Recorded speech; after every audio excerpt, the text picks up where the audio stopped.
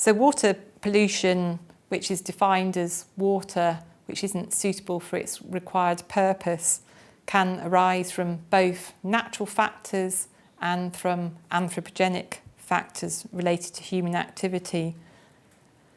There are numerous impacts of water pollution, ranging from impacts on human health, such as waterborne disease, through to sort of more chronic long-term conditions such as cancers. It can also impact on livelihoods and on economics. Water pollution also causes disturbance to ecosystems, such as eutrophication of water bodies, where high nutrient concentrations cause algal blooms. There can also be impacts of water pollution on land. For example, salinisation of agricultural land, which affects crop production.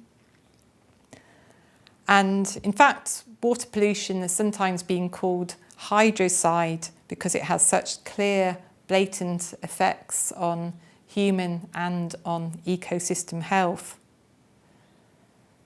We tend to think of water pollution as being caused solely by human activities, such as excess application of fertilisers to agricultural land which exceeds the requirements of crops, or other human activities such as leachate from landfill sites, or acid rain causing acidification of water, or the discharge of sewage from sewage works, or water pollution from factories.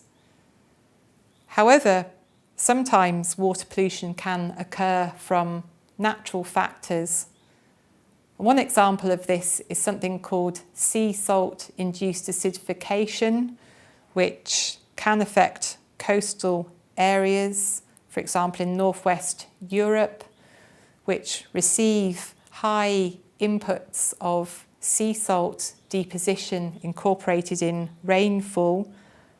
And when this sea salt is deposited on soils, it interacts with the soil chemistry and can cause the release of acidity into rivers and lakes, which can then be very damaging to fish populations, sometimes causing death of salmon or trout, or affecting their long-term survival. Another example of water pollution largely arising from natural factors is the occurrence of arsenic in groundwater wells in Bangladesh and West Bengal in India. And this problem really started in the 1960s and 70s, when there was a move in these areas away from surface water supplies, which were contaminated with sewage, to groundwater supplies, which were thought to be clean. So a lot of resource was spent on digging wells to access supposedly cleaner groundwater. And it was only in the 1990s that it was discovered that many of these wells contained water with naturally high concentrations of arsenic in them. And the source of the arsenic was the sediment in which the wells had been drilled into, and the particular chemical conditions in the wells with a lack of oxygen meant that the arsenic from the sediment became mobile into groundwater, which formed the water supply for these large populations.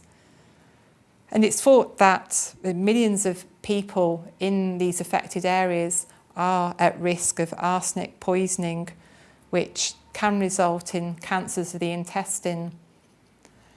So as a result, there's lots of work going on amongst scientists and agencies to try and find solutions to these problems which are appropriate for the situation. So some examples of the solutions that are being pursued are the development of cheap testing kits to identify which Pacific wells are at risk of arsenic poisoning and have high concentrations of arsenic, and also the development of low-tech solutions to treat the water in the wells which are affected by the high arsenic concentrations.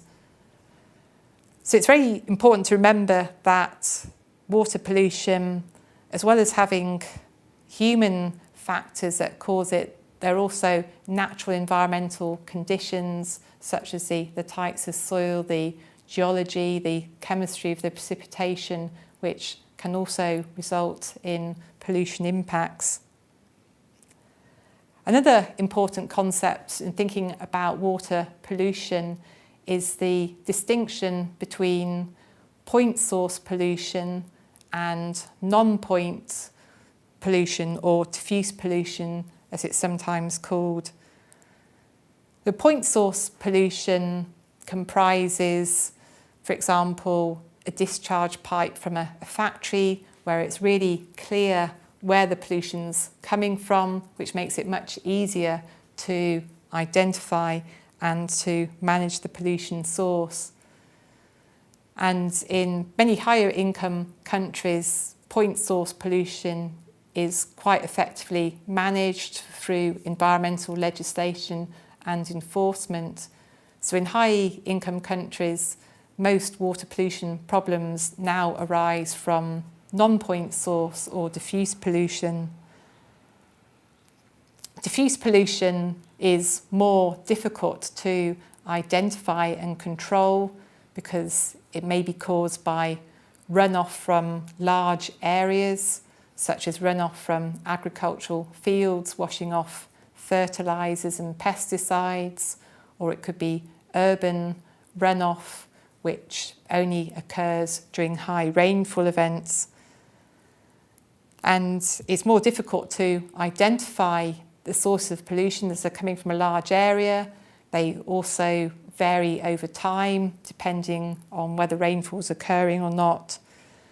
And this makes it more difficult to manage them and to apportion responsibility and who pays for managing these pollution sources. In the European Union, there's now something called the Water Framework Directive, which is put in place largely to manage diffuse pollution problems by taking a holistic perspective on river basins and considering all the land draining into rivers and not just in the river itself. Diffuse water pollution is one of the major water pollution problems worldwide. It doesn't affect just high-income countries, but also occurs in lower-income countries. But in these areas, point source pollution is also a big issue, which is still to be addressed effectively.